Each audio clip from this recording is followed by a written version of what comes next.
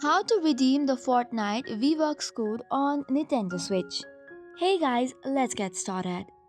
It is a quite straightforward process, so without any ado, let's get started. First of all, you will have to open any of the browser of your choice.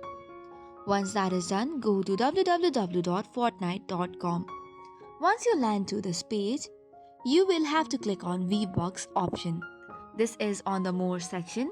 Once you tap on VBucks and if you are not signed in, you will be prompted to log in. After that, you'll have to sign in using your Nintendo Switch. Or you could just tap on Get Started Now and it will land you to this page. From here, select on Nintendo and then it will take you to another page from where you can log in. After that, you will have to enter your VBucks code and click on Next. Make sure you complete any additional setup as prompted on the screen.